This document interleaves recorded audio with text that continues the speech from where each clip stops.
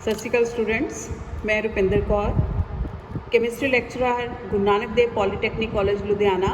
अज मैं जो टॉपिक तुहाडे नाल डिस्कस करन लगी हाँ, उस टॉपिक का नाम है जी कैलकुलेशन ऑफ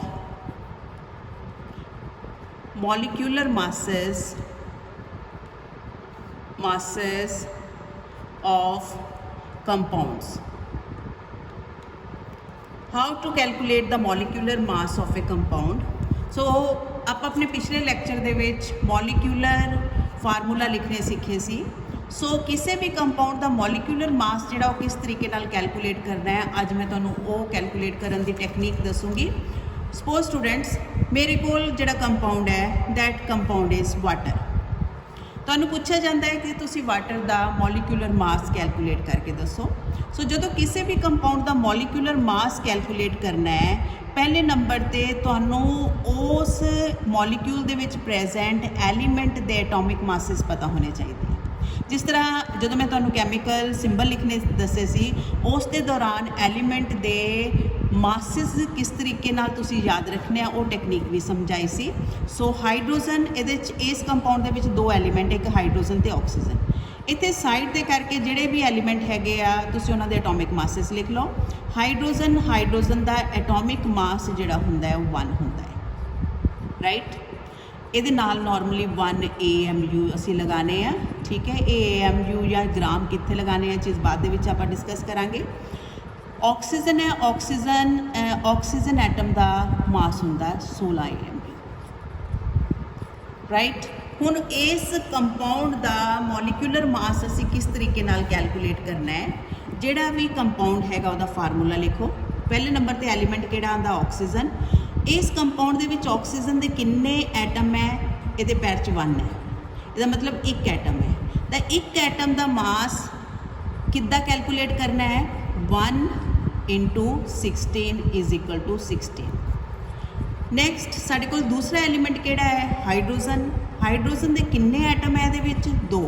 तो असी 2 और एक एटम का मास 1 हुंदा, 2 का कितना हुंदा होगा 2 × 1, right. So that will B 2। दोनों को प्लस कर दो, सो आंसर विल बी 18।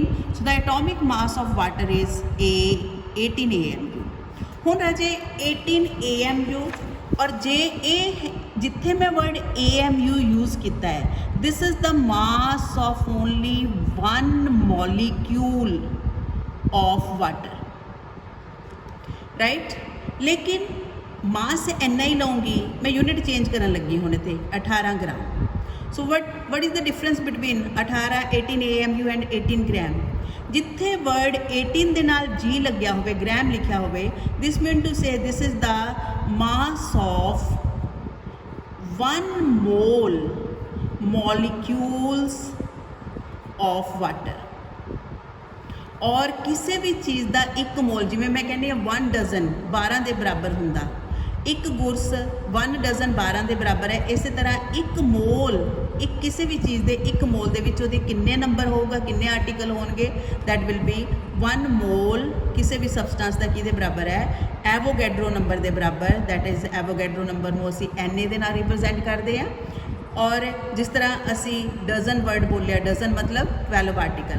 इस तरह 1 मोल का मतलब किन्ने आर्टिकल, 6.02 × 10⁻23 आर्टिकल। वैसे इतने 2 लगाते हैं, नॉर्मली असी सिंपलीफिकेशन वास्ते 6.02 कर लाइदा। 6.02 × 10⁻23 मॉलिक्यूल्स। तो जे पिछे 18 ग्राम लिखा है, तो ये 6.022 × 10⁻23 वाटर मॉलिक्यूल का मास है। जे AMU लिखा है, मतलब असी किन्ने वाटर के मॉलिक्यूल बारे गल कर रहे हैं, सिर्फ एक बारे। सो अगला असी जिहड़ा कंपाउंड है जिहदा मॉलिक्यूलर मास मैं कैलकुलेट करना सिखाने हैं, सादे तो सादा आपां स्टार्टिंग दे विच लैने हैं CO2। CO2 साडे कोल ऑक्सीजन है। सो इस कंपाउंड दे विच ऑक्सीजन के किन्ने एटम है स्टूडेंट्स, 2 एलीमेंट है, कार्बन ते ऑक्सीजन। कार्बन का मास जिहड़ा है एटॉमिक मास कितना हुंदा है, इट इज़ 12 AMU। ऑक्सीजन का एटॉमिक मास जिहड़ा है दैट इज़ 16 AMU, राइट। सो पहले नंबर पर जो असी इहदा मास कैलकुलेट करना है, इस तरह ही सौखी टेक्नीक है। ऑक्सीजन के किन्ने एटम है, 2। कार्बन के कितने एटम है, थल्ले कुछ नहीं लग्या होया, इसका मतलब 1 है। ऑक्सीजन के एक एटम का मास होंदा 16, 2 का कितना होगा 2 × 16, और कार्बन के एक एटम का मास कितना होंदा 12, इनू 12 नाल मल्टीप्लाई कर देना, so that will be 32 and that will be 12, so total mass will be 44। जे पिछे AMU लिखिया, this mean to say we are talking about only 1 atom of carbon dioxide, लेकिन जे पिछे दे 44 ग्राम लिखे है, this mean to say we are talking about 1 mole molecule of carbon dioxide.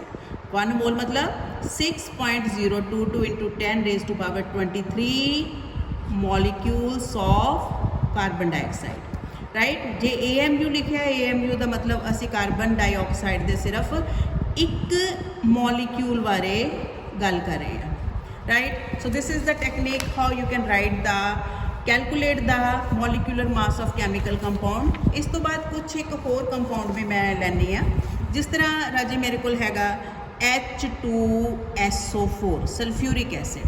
मैं सल्फ्यूरिक एसिड का मॉलिक्यूलर मास कैलकुलेट करना है। पहला तो ये रिकोगनाइज करो ये किन्ने तरह के एलीमेंट प्रेजेंट, एक हाइड्रोजन, सल्फर एंड ऑक्सीजन।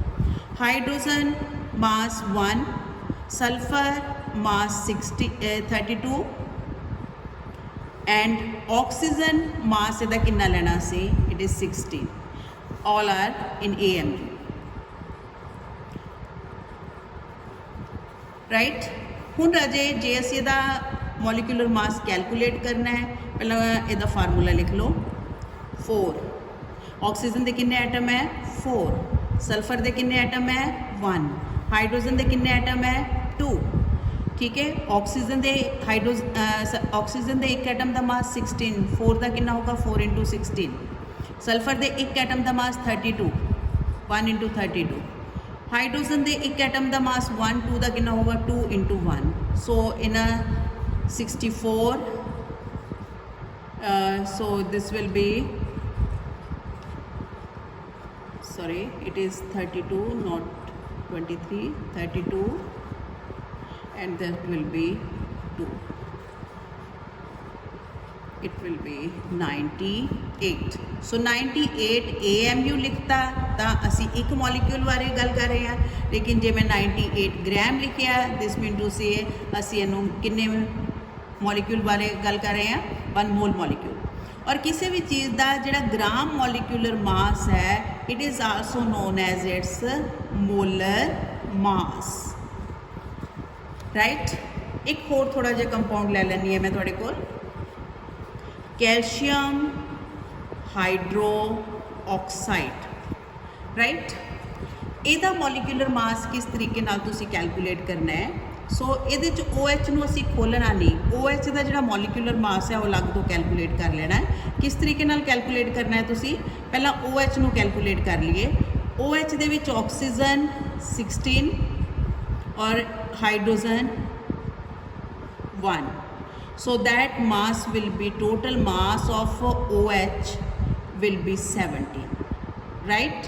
हुण इहनूं तुसीं इस तरह उतारो CaOH2, सो OH किन्ने है राजे 2, Ca किन्ना है 1, एक OH का मास 17, 2 का किन्ना होगा 2 × 17, कैल्शियम दे हुण कैल्शियम दे भी एक एटम का मास असीं लिख लीए, calcium it is 40, so it is 40,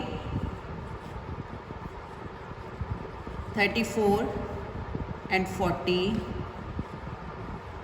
it will be 74, सो एक बार फिर कन्फर्म कर लो, कैल्शियम 40, 20 हुंदा इहदा atomic number, mass number calculate करना मैं दस्सिया सीगा, जे किसी भी एलीमेंट का एटॉमिक नंबर ईवन है तो उहदे एटॉमिक नंबर नूं 2 नाल मल्टीप्लाई कर दो, साडे कोल उहदा मास नंबर आ जाता। So the atomic mass of calcium is 40 और एक OH आइंदा साडे कोल मास कितना है